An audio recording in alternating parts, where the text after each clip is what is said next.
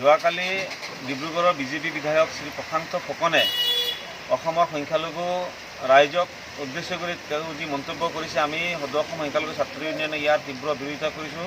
আমি গৰিহণা জনাইছোঁ। সংখ্যালঘু ৰাইজক তেওঁ জন্তুৰ লগত তুলনা কৰাটো আমি কোনো পৰ্যায়ে মানি ল'ব নোৱাৰোঁ।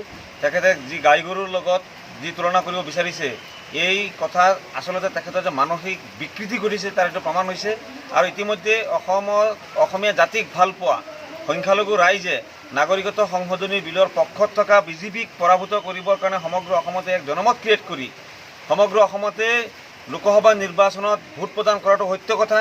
আৰু অসমীয়া জাতিৰ প্ৰতি থকা দায়বদ্ধতা পৰিচয়হে সংখ্যালঘু ৰাইজে প্ৰকাশ কৰিছে।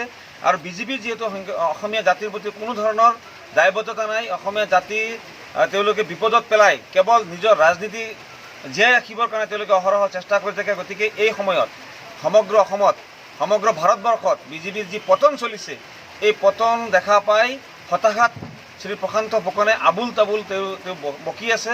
গতিকে আমি শ্ৰী প্ৰশান্ত ফুকনক অনাগত দিনত সংখ্যালঘু ৰাইজক লৈ যাতে কোনো ধৰণৰ কটু মন্তব্য প্ৰকাশ নকৰে, অসমীয়া ৰাইজক লৈ যাতে কোনো ধৰণৰ অপ্ৰীতিকৰ বা অগ্ৰহণযোগ্য মন্তব্য প্ৰকাশ নকৰে, তাৰ কাৰণে আমি তেখেতক সকীয়াই দিছোঁ।